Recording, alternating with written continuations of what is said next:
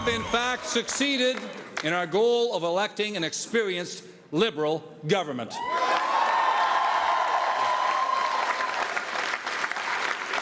And we move forward together with a positive plan to keep Ontario on track and growing stronger.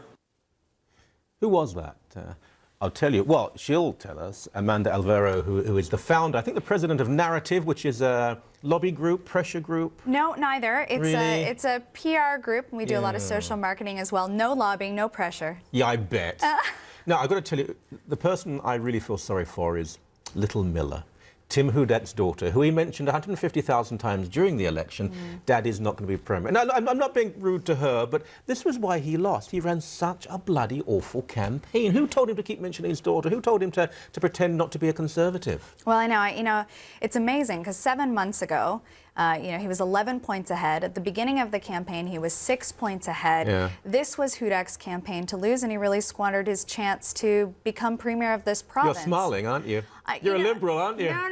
There's I definitely have my Liberal leanings, but I'll tell you that there were so many gaffes along this election trail, things that you really wouldn't expect from the Conservative Party. But it was based in the negativity that we found, which bookended both ends of his campaign. Started with his attack on the tax credit policy and his reference to the term foreigners. But he was right. He was right in that. The terminology may have been accurate, but Liberal policy, I thought, was incredibly wrong. But he didn't handle it properly. He didn't handle it properly, and he missed the pulse of Ontarians. Ontarians don't want to hear about foreigners. They want to hear about Canadian citizens. They want to hear about Ontarians. They want to hear about families.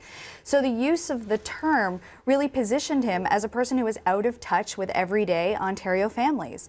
Bookend that with his stance on the campaign pamphlet with the homophobic undertones. Oh, okay, no, hold on. Homophobic undertones. So you think it's a good idea that children who still believe in Santa should be told about anal sex? Are you going to say that on TV? You agree with that? Regardless of what your position or policy is, to go out with an issue that is so fundamentally wrong at the end. I'm talking about how do you get elected? You do not get elected in Ontario by bookending your campaign with two turn-off issues. And that's what Hudak did. So you think people in Ontario hate children? Is that what you're saying? Absolutely not. No, well, people in Ontario care about their children. I believe he should have taken that issue up much earlier. And it has nothing to do with homosexuality, and unless the gay community want to be passionate about it. It's about children at too early. You wouldn't teach a child about, I don't know, profound strategies in mathematics before they can add up. But you're teaching them about sex before they really understand what a man and woman really are. This is about understanding how you communicate with Ontarians to get the vote. He missed the mark on that. The proof is in the pudding. He lost the election. Should he have chosen issues? People expected him to go hard on pocketbook issues. Right. What he ended up going hard on were social issues, and it's not what they wanted to see from Tim Hudak. I don't think he went hard on social issues at all, because, look, you know the Tory party, you know what goes on. It's not a particularly conservative party, progressive conservative, almost an oxymoron.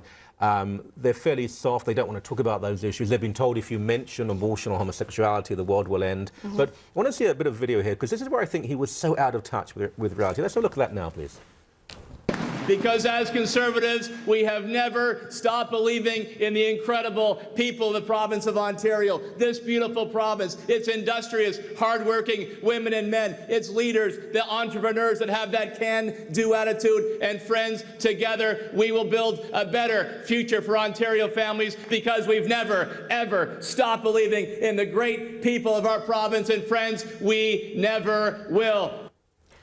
There is a great scene in Modern Family, which I hope you watch. I do, of course I do.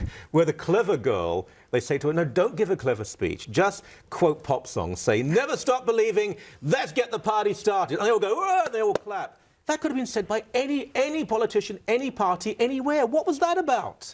You know, I think it was a pretty typical speech that you would expect to be delivered by somebody who just, lost. On election night, this was a speech that said, we have to rebuild, but we're going to keep believing. And it believing was about what? Never stop believing. What, Tim? What do you believe? That was the issue with the entire campaign. He spent so much time talking about the policies that he didn't believe in, instead of giving Ontarians a reason to believe in his policies. And it was reflected in the speech last night, but it was more reflected throughout the weeks of the election. Look at the turnout, because the real loser last night was democracy, 47.5%. Yeah. So I'm trying to do the math here, 52.5% didn't vote. Most people, now that's the lowest in the history of this province. Yes. Democracy, a precious thing, and most people said, I don't care. That's not very good, is it? Well, you know, in an age of 24/7 media, when we are tweeting about the issues and Facebooking about the issues, where you cannot turn on your TV without hearing about it or read it in the paper, mass media is around us at every corner, and yet we still couldn't drive people to vote. What does that say about the, you know, the temperature of the electoral public, and what does it say about how each of the candidates in their own way inspired or failed to inspire people to come out? Well, let's talk about that, because look, and I know Tim Hudak, he's a very nice fellow, but I think he's a poor politician. Dalton McGuinty.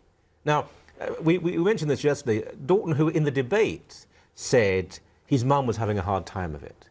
Now, his mum, as far as I know, is remarried to a doctor, a leading doctor. His father was an MP with that massive pension. His brother's an MP, he's Premier. So the combined income is millions of dollars, but mum's having a hard time of it financially.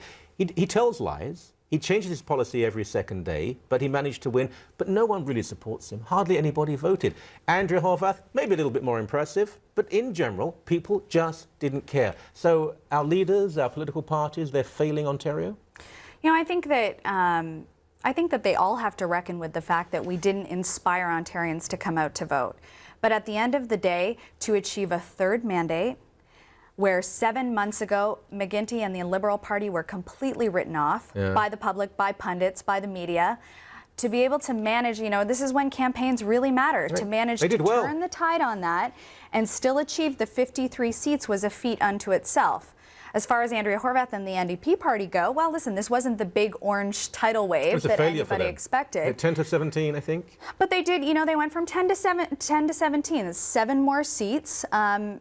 They have a lot of work to do in terms of... 10 was a terrible low for them. I mean, you know better than I do about what's going on. They thought at least 20. They thought they would at least double. They didn't think government, but they thought 20, and they would be a minority partner in a government. Right, and I think that what we saw with Andrea Horwath is, first of all, Ontarians didn't know Hudak. They didn't know Horwath, so they had an uphill battle just to get the name recognition that they required in order to, again, inspire Ontarians to come out and vote. But at the end of the day, what we heard from Ontarians over and over again was Andrea looks like a really nice person, but is the person that we want to have a beer with or sit across the table having a coffee with the same person that we want to run the province. I do not think that she convinced, well, she obviously didn't convince Ontarians that she had the leadership capabilities to take on the big ideological issues. By the way, just before we go, Rocco Rossi. Yes. And for those outside of Ontario, they people might not know him, but you know, he's a nice enough guy. But the hatred for him from Liberals was, you could feel it. You could actually, you know, hold it in the air. A little visceral, yeah. Yeah, because he abandoned the Liberal Party for the Tories?